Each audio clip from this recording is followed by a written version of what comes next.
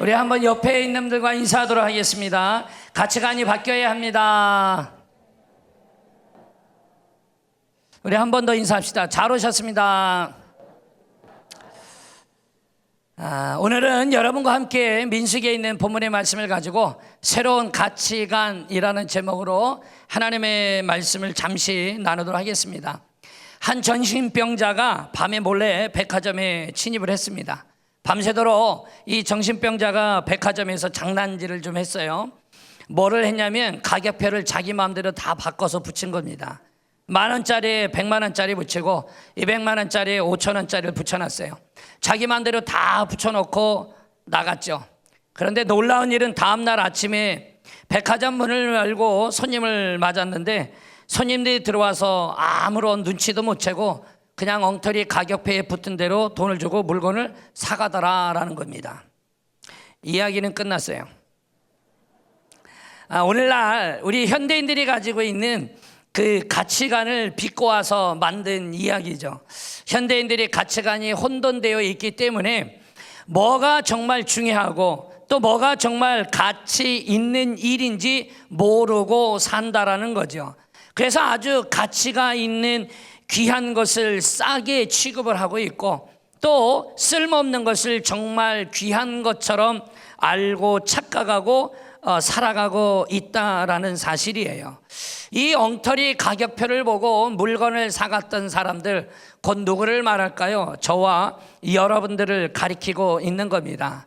오늘 주일 3부 예배를 드리고 있는 여러분들을 한번 생각해 봅시다. 나의 삶은, 나의 생활은 한번 어떤지 살펴볼 수 있는 오늘 귀한 시간이 되기를 주의 이름으로 축원합니다. 저와 여러분에게 오늘 인생의 삶의 민수기에 나와 있는 본문의 말씀은 그리 어렵거나 힘든 이야기는 아니죠. 우리가 많이 읽었던 본문의 말씀이기도 합니다. 어쨌든 진정한 가치가 어디 있는지를 알고 살아갈 때에 우리의 삶의 여정은 행복할 수 있고요. 그 여정을 가는 그 길이 진정으로 우리에게는 기쁨이 될 수가 있겠죠. 여러분, 이스라엘을 비롯한 이스라엘의 인근에 있는 중동 국가들을 보면 이상한 거 하나를 발견할 수 있습니다. 그게 뭐냐면 이스라엘은 참 잘 사는데 이웃나라 중동 국가들은 그닥 잘 살지 못하지요. 같은 사막지대에 영토를 두고 있는데도 불구하고 이스라엘을 가보면 정말 사방 어디나 푸른 올리브 숲을 볼 수 있고 채소를 볼 수 있고 과일을 볼 수 있어요. 그리고 꽃도 참 많다라는 걸 알 수 있죠. 그런데 그 옆에 나라 요르단이나 이집트나 시리아나 레바논이나 이와 같은 나라들을 보면 분명히 이스라엘보다는 훨씬 큰 땅이고 그리고 토질이나 토양의 여러 가지 상황이 훨씬 이스라엘보다도 좋음에도 불구하고 그들은 참 가난하고 황량한 이 삶을 살아감을 볼 수가 있습니다. 잘 생각해 보면 이 천연자원 같은 또 석유와 같은 것들 이스라엘은 그닥 많지는 않아요. 그러나 그 위쪽에 자리 잡은 시리아 같은 경우에는 그 유전이 아주 풍부하지요. 그럼에도 불구하고 엄청난 유전을 가지고 있음에도 그닥 넉넉히 살아가지는 못합니다. 또한 레바논이나 이 요르단이나 시리아 같은 경우에는 또 고대 문화의 유적지들이 참 많이 있습니다. 이런 것들을 잘 개발하고 잘 활용하면 아마 막대한 관광 수입을 올릴 수도 있을 텐데 그닥 이쪽에서도 큰 빛을 보지는 못하죠. 생각해 볼 수 있지 않습니까? 이 사람들이 머리가 나쁜 건가? 아니면 이 사람들이 게으른 건가? 우리는 생각해 볼 수가 있습니다. 과연 이유는 무엇일까요? 생각은 결과를 낳는다라는 책에 보니까 그 책에 그 답을 적어놨더라고요. 그 책에 뭐라고 말했냐면 이스라엘이 잘 살고 그 이웃나라 중동 국가들이 못 살고 있는 이유는 단 한 가지라는 겁니다. 그것은 바로 가치관의 차이 때문이라는 거예요. 여러분, 이스라엘의 그 저자가 유학을 갔을 때에 그 대학교의 교수님에게 물었다라는 거죠. 이스라엘의 사막을 어디를 가도 참으로 여러 가지 시설들이 잘 갖춰져 있고 나무들이 질비하게 정렬되어 있고 또 그것마다 숲을 이루고 있는데 왜 유독 이스라엘이라는 나라만 이렇게 숲이 울창하게 지어질 수 있고 이웃 나라들은 그렇지 못할까요? 라고 물었을 때 그 교수님이 말을 그렇게 하더라는 거죠. 이 숲은 자연적인 숲이 아닙니다. 이것은 유대인들이 만들어 놓은 숲입니다 라는 거죠. 하지만 아랍 사람들은 이런 숲을 만들 수는 없습니다 라고 이야기하는 거예요.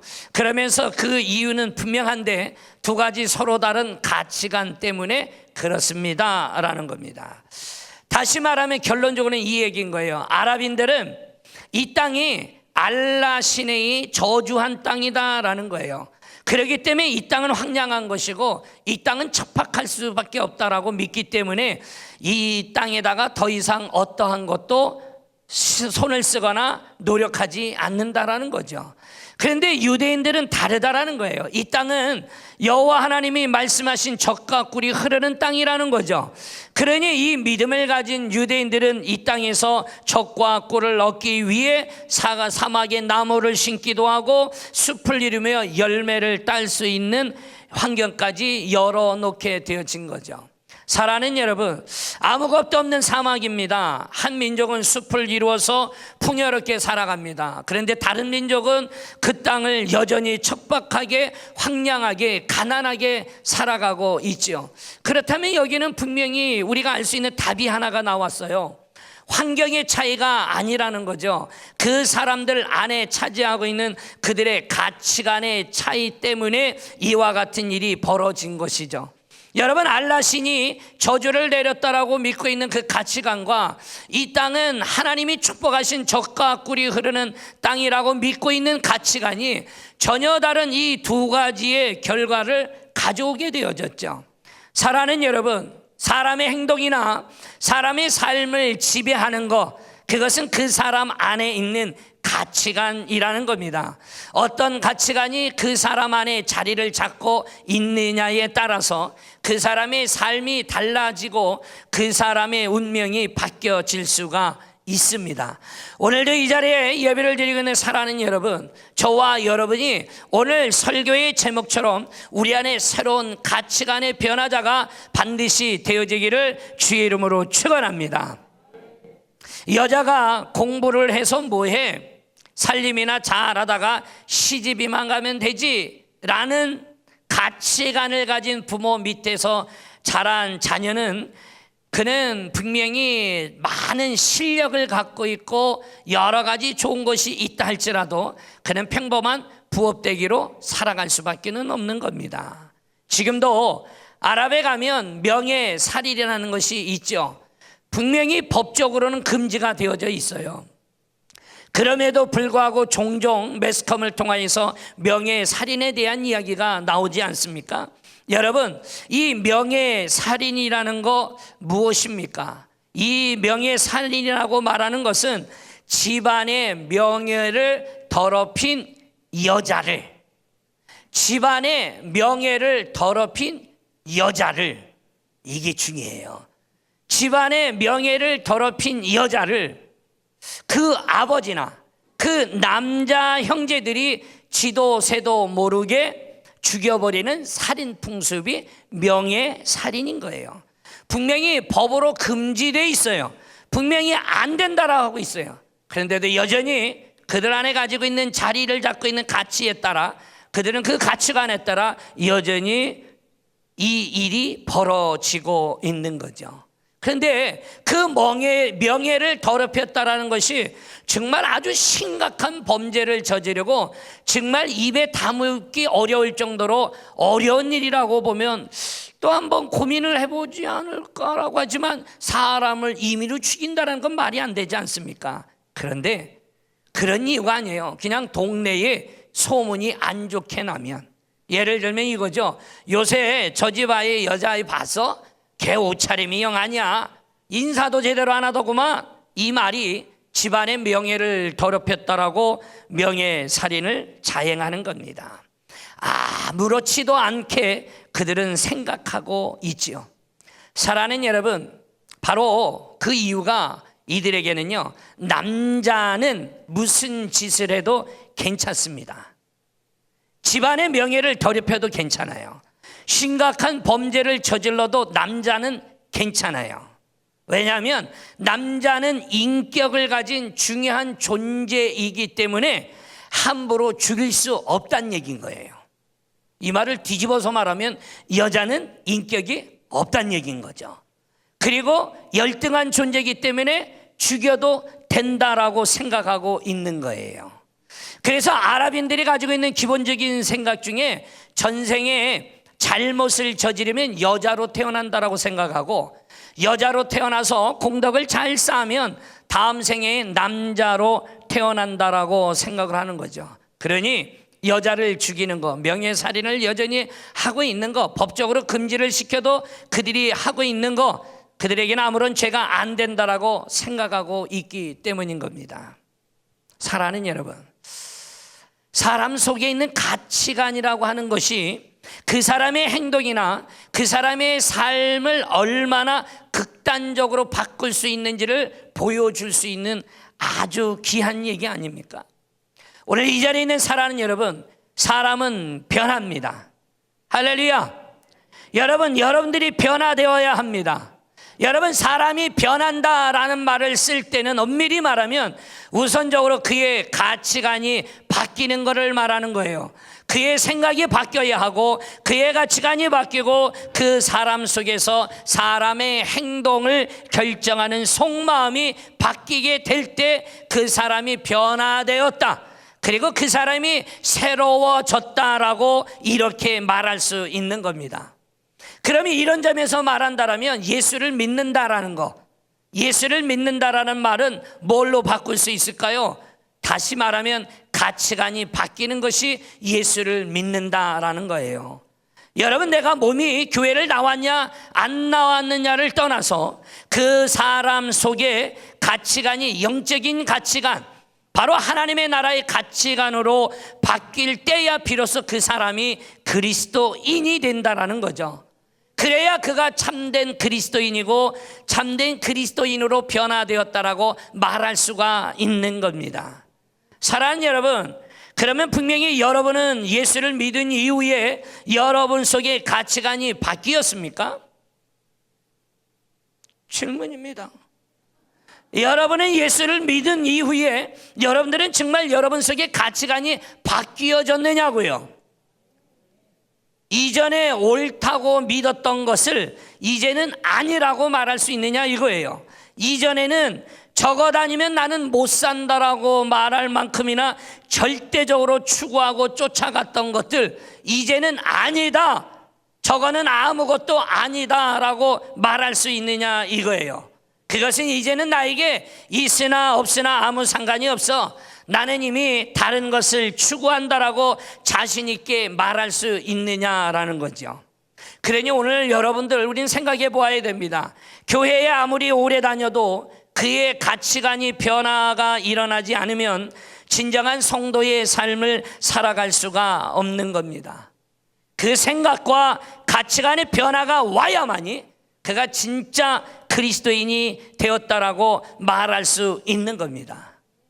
오늘 이 자리에 예배를 드리고 있는 사랑하는 여러분, 오늘 예배를 드리고 있는 저와 여러분이 예수를 믿은 이후에 내 삶이 예수가 전부가 되어지고, 그 예수를 바라보면 내가 가졌던 세상의 것들이 보다 하나님의 것에 대한 생각으로 나의 삶의 방향을 바꾸고 살아갈 수 있느냐, 이것이 나에게 너무 소중하고 중요하다라는 거예요. 진짜 그리스도인이 되셨느냐라는 거죠. 나의 생각과 가치관에 혁명적인 변화가 일어났다라고 과연 우리는 자부할 수 있겠느냐라는 겁니다. 여러분, 신앙은 바로 우리 안에 있는 이 가치관에서부터 그 변화를 경험하는 거예요. 그러니 여러분, 이 사실을 잊지 말아야 됩니다. 할렐루야. 사랑하는 여러분, 오늘도 이 예배를 드리고 있는 저와 여러분에게 바로 여호수아와 갈렙에게 변화된 이 새로운 가치관, 바로 이러한 새로운 가치관이 어떻게 나타났는가를 우리가 함께 보기를 원하는 거예요. 오늘 우리가 본문의 8절 말씀 한 절만 읽었지만 이 본문의 말씀은 가나안 땅을 정탐하고자 12명을 보냈고 12명이 돌아와서 각기 다른 두 가지의 보고를 했던 본문의 내용이죠. 그러니 12명의 정탐꾼에 대한 이야기를 우리가 너무 잘 알아서 오늘 제가 말씀의 요지와 중심을 잡고 있는 8절 한 구절만 대신 읽었던 겁니다. 두 가지의 가치관이 충돌이 일어나죠. 서로 다른 두 가지 보고가 나올 수밖에 없었던 거, 그들이 서로 다른 땅을 보았기 때문입니까? 아닙니다. 서로 같은 땅을 보았습니다. 똑같은 땅이었어요. 근데 서로 다른 두 가지의 가치관을 가지고 가나안 땅을 바라보았기 때문이라는 거예요. 똑같은 땅을 보고도 서로 다른 이야기를 했죠. 이 땅은 저주받았어 라고 믿고 보는 가치관, 이 땅은 하나님이 복 주신 땅이야 이렇게 믿고 보는 이 가치관이 둘이 서로 충돌했기 때문에 오늘 본문에 나오는 두 가지의 서로 정반대의 보고가 나올 수밖에 없지요. 오늘도 우리가 함께 예배를 드리는 사랑하는 여러분, 우리는 생각해 볼 수 있습니다. 똑같은 이 세상에 우리는 살아가고 있지 않습니까? 성도가 살아가는 삶의 방식, 그의 생애 방식과 성도가 아닌 사람이 살아가는 삶의 방식은 다릅니다. 다를 수밖에 없습니다. 달라야 되는데 똑같은 세상을 살아가지만 믿음의 성도로 살아가는 그 사람의 삶의 방식과 신앙이 아닌 사람과의 삶의 방식은 다르지요. 다릅니다. 다를 수밖에 없죠. 같을 수 없죠. 왜냐하면 서로 다른 세상에 살고 있기 때문이 아니라 같은 세상을 다른 가치관으로 살아가고 있기 때문인 거죠. 사랑하는 여러분, 그러니 오늘도 이 자리에 예배드리고 있는 저와 여러분에게 우리가 왜 여전히 세상의 방식대로 살아가야 됩니까? 하나님의 방식대로, 하나님이 우리에게 말씀하신 대로 하나님의 말씀을 붙들고 살아가야 되지 않겠느냐라는 거예요. 예수를 믿으면 환경이 바뀌고 우리에게 없던 복이 저절로 내게 부어지기 때문에 잘 사는 것이 아닙니다. 같은 환경 속에서도 가치관이 달라졌기 때문에 그래요. 바라보는 시각이 달라진 거예요. 내가 살아가는 삶의 방식의 태도가 달라졌습니다. 문제를 대하는 방식이 달라졌어요. 그래서 결과적으로 우리가 잘 살게 되더라는 거죠. 오늘도 예배를 나온 우리 모두에게 예수를 믿음으로 우리의 인생관에 우리의 가치관이 새롭게 변화되기를 주 이름으로 축원합니다. 사막을 바라보며 저주받은 땅이야, 그냥 앉아있는 사람과 저 땅은 젖과 꿀이 흐르는 땅이야, 하나님이 복 주셨어요, 이렇게 믿고 가서 그 꿀을 찾고 그 젖을 거두기 위해 나무를 심고 결국에는 사람의 삶이 결과적으로 달라질 수밖에 없는 이와 같은 결과가 나타날 수가 밖에는 없는 거예요. 여러분, 가나안 땅이요, 젖과 꿀이 흐르는 땅이라고 해서 가면은 뭐 엄청난 것들이 있는 게 아닙니다. 젖과 꿀이 흐르는 땅이라는 말은 하나님이 하신 말이에요. 하나님이 하신 말이에요. 그러나 그 땅 가면 젖과 꿀이 흐르는 땅이 아니라 똑같은 사막의 땅이에요. 그런데 그들은 믿은 겁니다. 젖과 꿀이 흐르는 땅이라고 했고, 그러니 젖과 꿀이 흐르는 그 땅의 꿀과 젖을 찾아 그들이 그 땅에 소출을 걷기 위해 나무를 심었던 사람들이에요. 사랑하는 여러분, 왜 한국교회 성도들이 문제라고 말을 합니까? 예수를 믿고 복이 저절로 부어지기만을 기다리고 있기 때문에 그런 거예요. 내 속사람의 가치관이 바뀌어지질 않았어요. 그러니 내 삶에 여전히 하나님의 자녀임에도 불구하고 세상의 삶의 방식대로 살아가고 있기 때문인 거죠. 그러니 예수를 믿어놓고도 삶에 아무런 변화가 일어나지 않으니 내게 하나님의 귀한 것들이 부어질 수가 없죠.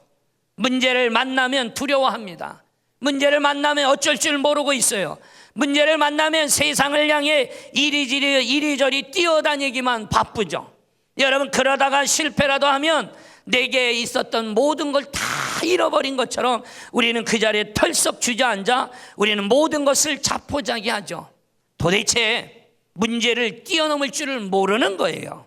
문제 앞에서 당당한 성도의 본연의 태도가 전혀 길러지지 않은 모습입니다. 이러니 예수를 믿으나 예수를 안 믿으나 똑같다라는 이야기를 우리는 듣고 살아가는 겁니다. 아니, 세상 사람들이 예수 믿는 사람을 말할 때에 너나 나나 똑같아 라는 말을 왜 우리가 듣고 살아야 합니까?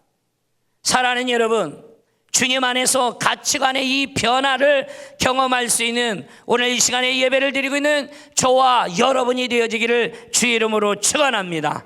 문제를 바라보는 방식, 문제를 대하는 그 태도가 예수 믿기 전과는 전혀 다른 새로운 삶을 살아갈 수 있기를 주의 이름으로 축원합니다. 오늘 읽었던 이 본문 여호수아와 갈렙에게서 우리가 배울 수 있는 이들의 변화된 새로운 가치관, 과연 이 새로운 가치관이 어디에서 나왔을까요?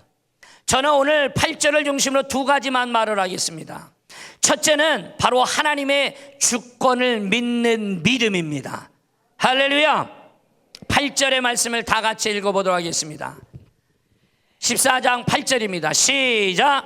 여호와께서 우리를 기뻐하시면 우리를 그 땅으로 인도하여 들이시고 그 땅을 우리에게 주시리라. 이는 과연 젖과 끓이는 땅이니라. 아멘. 여러분, 오늘 14장 8절에 시작하기를 뭘로 시작했습니까? 여호와께서 우리를 기뻐하시면, 할렐루야. 여호수아와 갈렙에게 있어서 가장 중요하고 걱정이 됐던 문제가 바로 오늘 시작하는 구절에 적어놓은 거예요. 여러분, 여호수아와 갈렙에게 있어서 중요한 문제는 그 견고한 성읍이 얼마나 견고하고 튼튼하냐가 아니었어요. 그 안악자손이, 장대한 안악자손이 얼마나 큰지가 문제가 아니었어요. 오직 이들에게 있는 염려와 근심은 다른 게 아니었어요. 하나님이 우리를 과연 기뻐하실까라는 거죠. 하나님이 우리를 보고 과연 기뻐하시겠느냐 이거예요. 그래서 오늘 하나님이 우리를 기뻐하시면 이라는 말로 시작한 겁니다. 그리고 나면 견고한 성읍이나 장대한 이 안악자손들과 같은 이와 같은 것들은 하나도 문제가 안 된다라는 거죠. 왜요? 그것은 하나님이 알아서 해결하실 것이기 때문에 그래요. 할렐루야. 여러분, 안악자손이 아무리 강해도 하나님보다 강할 수 있겠습니까? 여러분, 그 가나안 성읍들이 아무리 견고해도 여러분, 지진과 바다와 쓰나미를 불러일으키시는 그 하나님의 권능을 과연 이길 수 있겠습니까? 여러분, 하나님이 한번 하시려고 하면 가나안이 아니라 온 지구촌의 사람들이 다 달려들어서 이스라엘을 공격한다 할지라도 하나도 문제가 되지 않겠죠. 왜요? 그게 하나님의 능력 아닙니까? 할렐루야. 근데 오늘 문제가 하나 있었던 거예요. 그 문제가 바로 하나님이 과연 우리를 기뻐하실까? 하나님이 과연 우리를 보고 기뻐하실까라는 거예요. 오늘도 과연 하나님이 우리의 모습을 보고 기뻐하실까냐라는 거예요. 여러분, 하나님이 기뻐하신다는 뜻이 무엇일까요? 우리가 하나님 앞에서 지금 합당하게 행하고 있느냐 이거예요. 하나님이 기뻐하시고 인정하실 만한 태도로 지금 이 문제 앞에 우리는 서 있느냐라고 오늘 우리에게 말하고 있는 겁니다. 여러분, 여호수아와 갈렙은 그들이 무서웠던 게 아니었던 거예요. 그들에게 단지 두려웠던 것은 이 믿음 없는 소리를 하고 있는 이스라엘 백성들, 그러면서 하나님을 원망하고 있고 이제 우리는 다 죽었다라고 말하면서 이제는 우리가 그들에게 밥이 되어질 거라고 말하고 울부짖고 있는 이 백성들의 모습, 과연 하나님이 어떻게 보시겠느냐라는 거죠. 이게 여호수아와 갈렙은 두렵다라는 겁니다. 사랑하는 여러분, 결국에 그 두려움대로 하나님은 그들을 기뻐받지 않으셨죠. 그리고 그들은 어떻게 됩니까? 하나님이 광야로 다시 돌려보냈습니다. 무려 40년 동안 그들은 광야의 삶을 살게 되어져요. 그뿐만입니까? 젖과 꿀이 흐르는 가나안 땅은 가보지도 못하고 그들은 광야에서 비참하게 최후를 맞고 죽음을 맞아버립니다. 사랑하는 여러분, 오늘 우리에게 말하고 있는 요지는 뭘까요? 힘이 없어서 못 들어간 게 아니라는 겁니다. 적이 너무 강해서 못 들어간 게 아니라는 거예요. 여러분, 하나님을 기쁘시게 못했기 때문에 그 주권을 가지신 하나님이 우리에게 못 들어가게 하신 거예요. 사랑하는 여러분, 여러분과 제가 잊지 말아야 할 것이 있습니다. 우리가 죽을 때까지 평생 잊지 말아야 될 사실 한 가지가 있습니다. 우리의 모든 삶은 하나님의 손에 달려 있다는 사실입니다. 하나님을 기쁘시게 하면 하나님이 이루어 주시는 거예요. 여러분, 아무리 어렵고 불가능한 일이라 할지라도 우리가 하나님을 기쁘시게 하고 하나님의 마음에 합한 자의 삶을 살면 불가능은 없습니다. 왜냐하면 하나님이 해주십니다. 하나님이 이루어 주십니다. 이를 믿으시기를 주의 이름으로 축원합니다. 그러나 여러분, 아무리 쉬운 일도 우리가 하나님을 기쁘시게 하지 못하고 우리의 못난 모습을 보이고 죄와 타협을 하고 하나님 백성답지 못하게 살면 하나님은 우리를 도로 광야로 돌려보내는 겁니다. 가나안의 문은 열려지지 않는 겁니다. 그래서 우리가 예수를 믿으면서도 우리의 삶이 여전히 초라하고 여전히 답답할 수밖에 없는 삶을 살아가고 있는 거예요. 사랑하는 여러분, 한번 따라해 봅시다. 살고 죽는 것이 하나님 손에 달려 있다. 내 생의 모든 삶의 문제가 하나님의 주권에 달려 있다는 사실이에요. 여러분, 이 사실을 인정하십니까? 여러분과 저의 모든 삶의 살고 죽음이 하나님의 손에 달려 있다는 사실을 정말 믿고 있느냐라는 거죠. 여러분의 생의 모든 삶의 문제가 하나님의 주권에 달려 있다는 사실을 분명히 내가 확신하느냐 이거예요. 여러분, 시편 127편 1절에 주님은 분명히 말합니다. 여호와께서 집을 세우지 아니하시면 세우는 자의 수고가 헛되며 여호와께서 성을 지키지 아니하시면 파수꾼이 깨어있음이 헛되도다. 아멘. 하나님을 기쁘시게 하는 거기에 바로 우리의 삶의 성공과 실패가 달려있다라는 사실을 믿으시기를 주의 이름으로 축원합니다. 저와 여러분의 삶의 신앙의 연조를 자랑하지 마십시오. 나의 삶의 직분을 자랑하지 마십시오. 나의 삶의 세상에서 그리고 이 땅에서 내가 주를 위해 어떠한 일들을 했노라고 말하지 마십시오. 여러분 안에 여전히 새로운 가치관으로 바라보고 주님을 바라보고 나아가고 있는지를 여러분 스스로가 물어보시기를 바랍니다. 두 번째로, 여러분, 새로운 가치관이 어디서 나왔을까요? 그것은 바로 말씀의 신실함을 믿는 믿음에서 나온 겁니다. 여러분, 오늘 8절의 말씀의 하반절에 보니까 이렇게 쓰여져 있죠.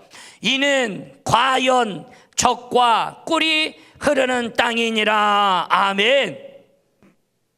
여러분, 여기에 과연이라는 말이 나와져 있지 않습니까? 과연, 정말로, 진짜로라는 뜻이에요. 그러면 뭐가 정말이냐라는 겁니까? 그것은 바로 하나님의 약속의 말씀이 정말이라는 거예요. 사실이라는 뜻인 거예요. 아까도 말했지만 적과 꿀이 흐르는 땅, 이 말은 하나님의 입에서 나온 표현이에요. 이스라엘 백성들이 한 말이 아닙니다. 그러니 그들은 가나안 땅 40일을 정탐을 하면서 여호수아와 갈렙은 그의 머릿속에 하나님의 약속을 생각하고 쫓아다닌 겁니다. 그리고 그 약속을 믿었습니다. 그랬더니 그들 눈에는 그 장대한 아낙 자손들을 보면서도 오히려 그들이 우리의 먹이가라고 말할 수 있었던 거예요. 사랑하는 여러분, 그는 분명히 말합니다. 이는 과연 적과 꿀이 흐르는 땅이더라. 이는 정말로 진짜로 적과 꿀이 흐르는 땅이더라. 2명을 제외한 10명은 그들은 믿지 못했죠. 말씀은 까맣게 잊어버렸습니다. 눈에 그저 보이는 것에만 보았던 것들, 그러니 그들에게 두려움이 밀려오고 염려가 몰려오죠. 그러니 그들의 입에서 나오는 말이 뭡니까? 아낙 자손들에 비하면 우리는 그에게 메뚜기와 같다는 소리를 할 수밖에 없었던 거예요. 오늘도 예배를 드리고는 사랑하는 여러분, 우리 안에 성도의 이 새로운 삶의 기준, 새로운 삶의 이 가치관은 바로 이 말씀을 믿는 믿음에서 나온다라는 사실을 믿으시기를 주의 이름으로 축원합니다. 여러분, 그 말씀을 얼마나 믿느냐가 그의 삶에 얼마나 바뀌는가가 결정이 되어지는 거예요. 사랑하는 여러분, 말씀을 믿는 사람은 바로 그의 생이, 그의 삶이 달라질 수밖에 없는 겁니다. 성경 66권의 말씀이 하나님의 말씀이라고 믿고 계십니까? 옆에 있는 분들에게 한번 물어보십시오. 당신은 성경 66권이 하나님의 말씀이라고 믿고 계십니까? 물어보십시오. 그리고 한 번 더 물으십시오. 주무시지 마십시오. 사랑하는 여러분, 성경 66권이 하나님의 말씀이라고 생각하십니까? 왜 아멘이라고 말을 안 하는 놀라운 분들은 뭔 생각으로 읽는 겁니까? 성경 66권이 하나님의 말씀이 맞습니까? 아니, 내 책이 아니에요. 우리 교회만 보고 있는 책이 아니에요. 성경 66권이 하나님의 말씀이 맞습니까? 아니, 그 아멘조차 고백을 못합니까? 내 입이 그렇게 무겁습니까? 하나님의 말씀이, 성경의 말씀이 하나님 말씀이라고 인정이 되지 않습니까? 인정을 못합니까? 굉장히 깐죽거리네 이러고 있습니까? 여러분, 믿음 안에 나의 이 고백이 있는 게 중요한 거예요. 오죽하면 자꾸 묻겠습니까? 내 책이 아니니까 하나님의 말씀이라고 믿느냐 이거예요. 사랑하는 여러분, 그런데 마태복음 7장 7절과 8절의 말씀을 보면 구하라, 찾으라, 두드리라. 할렐루야. 그러면 주님이 뭐라고 말했습니까? 주신다라고 말씀했어요. 여러분, 이 말씀을 믿습니까? 그런데 왜 원하는 것을 얻을 때에 우리는 비겁하게 불법을 쓰거나 편법을 쓰거나 왜 죄를 짓습니까? 하나님은 구하라, 그러면 주시겠다라고 했는데 왜 우리가 하나님의 말씀을 믿는다라고 말하는데 왜 믿는 자들이 불법을 행하고 왜 편법을 쓰고 왜 죄를 짓고 앉아 있습니까? 강단에서 말을 하고 있는 우리 모두가, 이 교회가 하나님의 말씀대로 구하면 준다라고 하면 교회도 불법을 쓰면 안 되지 않습니까? 교회가 편법을 쓰면 되지 않는다라는 거예요. 여러분, 마찬가지라는 거예요. 여러분 생각해 보세요. 시편 1편 6절에 무릇 의인들의 길은 여호와께서 인정하시나 악인들의 길은 망하리로다라고 분명히 말합니다. 성경은 분명히 우리에게 말하고 있어요. 이 말씀을 굳게 믿고 있습니까? 그런데 왜 우리는 문제 앞에서 하나님이 망한다라고 하는 그 악을 선택하는 어리석은 짓을 하고 있느냐 이거예요.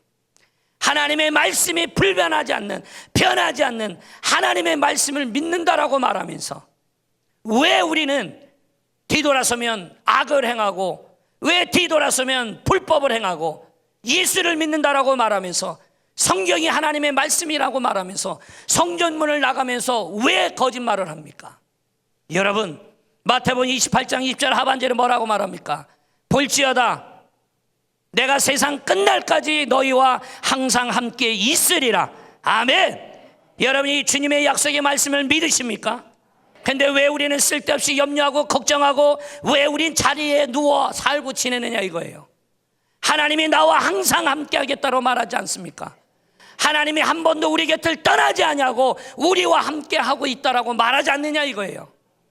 오늘 이 자리에 있는 사랑하는 여러분, 말씀을 믿는 믿음은 결국 우리에게 새로운 가치관을 만들어내는 거예요. 여러분, 그 새로운 가치관이 이전과는 전혀 다른 새로운 행동과 삶을 만들어낸다는 사실입니다. 우리의 신앙은요, 어느 날 갑자기 바뀔 수는 없습니다. 그래서 신앙의 연조가 필요할 수는 있습니다. 그런데 시간만 지났지 변화되지 않았다면 나는 여전히 가치관이 바뀌지 않은 거예요. 여전히 그 하나님의 말씀을 나는 인정하고 살아가지 못하고 있다라고 말할 수밖에 없는 겁니다. 성도의 변화된 삶은요, 바로 이 말씀을 믿는 믿음에서부터 나오는 겁니다. 오늘 이 자리에 3부 예배를 드리고 있는 사랑하는 여러분, 그 약속의 말씀을 굳게 믿고 사시기를 주의 이름으로 축원합니다. 여러분, 성경 66권의 말씀을 모두 나에게 주시는 하나님의 약속으로 믿고 사시기를 바랍니다. 특별히 어렵고 힘든 시기에 여러분에게 소망과 위로를 얻기 위해 보았던 말씀, 그리고 나에게 주시는 하나님의 약속을 믿고 우리는 그 말씀을 믿는 믿음으로 이제는 이전과 다른 새로운 삶을 살아갈 수 있는 우리 사랑하는 귀한 성도님들 되어지기를 주 이름으로 축원합니다. 우리의 모든 삶의 현장에 하나님의 말씀을 가지고 갑시다. 여러분이 처했던 어떤 문제나 형편이든 간에 하나님의 말씀을 항상 기억하시고 그 말씀을 믿는 믿음의 눈으로 그 문제나 형편을 바라보시기를 바랍니다. 여러분, 가나안 땅을 그저 눈에 보이는 것만 보고 바라보았을 때는 두려운 땅인 겁니다. 도저히 정복할 수 없는 불가능 땅입니다. 그러나 하나님의 약속이라는 새로운 눈으로 그 가나안 땅을 바라보게 되면 그 가나안 땅은 바로 아름다운 젖과 꿀이 흐르는 땅이 되어지고 그 땅의 장대한 아낙 사람들은 그저 우리의 밥이 될 뿐이라고 분명히 그들은 바라볼 수밖에 없는 거죠. 삶의 태도를 가지고 살아갈 수 있는 저와 여러분들이 되어지기를 주의 이름으로 축원합니다. 사랑하는 여러분, 우리의 결국의 풍요로움은 뭡니까? 그 가나안 땅의 젖과 꿀은 뭐를 말하고 있을까요? 그것은 변화된 태도로 우리의 삶의 여러 가지 문제를 바라볼 수 있는 사람만이 누릴 수 있는 특권이라는 거예요. 여러분, 그러니 우리는 신실하신 하나님의 말씀을 믿으시길 바랍니다. 삶의 현장에 하나님의 말씀을 들고 갈 수 있기를 바랍니다. 여러분의 일터에 말씀을 가지고 가십시오. 친구를 만날 때 말씀을 가지고 가십시오. 사업의 파트너를 만날 때도 말씀을 들고 가십시오. 여러분에게 중요한 어떠한 인생의 문제를 결정하는 그 자리에도 하나님의 신실하신 약속의 말씀을 반드시 들고 가시길 바랍니다. 할렐루야! 여러분이 하나님의 말씀을 가지고 친구를 만난다라면 여러분, 그 친구와 만나서 술 한잔 기울이면서 말할 수 없습니다. 하나님의 말씀을 가지고 사업 파트너를 만나면서 그에게 불법적인 얘기를 말할 수는 없을 겁니다. 내가 하나님의 말씀을 들고 내 인생의 중요한 문제를 결정짓기 위해 주님 앞에 나간다라면 여러분, 우리는 나의 얘기를 말할 수 없을 겁니다. 저와 여러분이 하나님의 말씀은 내팽개 두고 여러분이 변하지 않는 가치관을 가지고 살아가니 사람만 바라보고 있는 겁니다. 사람만 바라보고 있는 거예요. 그 사람 사이에 하나님의 말씀이 있어야 되는데 말씀 없이 가고 있기 때문에 문제인 겁니다. 오늘 이 자리에 예배를 드리고 있는 사랑하는 여러분, 약속의 말씀을 믿는 믿음으로 여러분에게 닥치고 있는 문제와 상황들을 바라볼 수 있는 믿음의 백성들이 되어지길 원합니다. 여러분의 신앙을 세상이 다른 것과 딜하지 마십시오. 여러분이 선택하고 여러분이 만났던 이 하나님이 여러분을 불러주셨기에 올 수 있었던 것이고 그 하나님 때문에 우리가 천국을 누리고 살아가는 백성이라면 여러분 분명히 기억하셔야 합니다. 여러분, 세상에 그 어떤 것도 바꿀 수 없는 것이 이 자리라면 여러분이 이 자리에 다른 것을 끼워놓지 마십시오. 이 자리를 통한 하나님이 주시는 데 새로운 가치관을 가지고 나갈 수 있는 자가 되십시오. 늘 말하지만 어리버리한 신앙인으로 살아가지 마십시오. 여전히 세상과 하나님과 양다리 걸쳐 살아가는 바뀌지 않는 가치관으로 살아가지 마십시오. 그러니 욕을 하고 싸우는 겁니다. 그러니 내 마음대로 안 되면 승질내는 겁니다. 그러니 내 뜻이 중요한 겁니다. 성경은 들고 가본 적이 없어요. 교회는 다니지만. 사랑하는 여러분, 신앙 안에 분명한 결단이 필요할 때가 있을 때는 올해 반년을 살았습니다. 뭐 하며 반년 사셨습니까? 그저 주일 나와서 예배 한번 드린 걸로 반년 사셨습니까? 목사님, 사는데도 바빠요. 사는데 바쁘죠. 주님이 여러분의 사는 문제를 얘기하고 있는 게 아닌 거예요. 여러분의 삶에 가야 될 천국을 향하여 말하고 있는 거예요. 이 땅에 살아가는 날 동안에 여러분의 인생의 삶에 새로운 가치관으로 변화되지 않으면 여러분 여기에 아무리 앉아있다 할지라도 무관한 삶을 살아가는 거예요. 왜 그렇게 살아가십니까? 고단하지 않습니까? 힘들지 않습니까? 괴롭지 않습니까? 양다리 거치며 살아가는 거 너무 힘들지 않습니까? 피곤하지 않습니까? 입으로 믿는다고 그랬는데 행동은 나쁜 짓 하고 살아가는 것이 여러분 부끄럽지 않습니까? 그러면서도 당당하게 나가서 나는 장로고 권사고 안수사고 나는 교회 집사라고 말하고 살고 있지 않습니까? 사랑하는 여러분, 목사인 나도 부족하기 때문에 인생의 삶을 살아갈 때 저와 여러분 반년 어떻게 살았냐 이거예요. 올해 남은 반년을 하나님이 주시는 변화의 가치관으로 하나하나 만들어 가시길 바랍니다.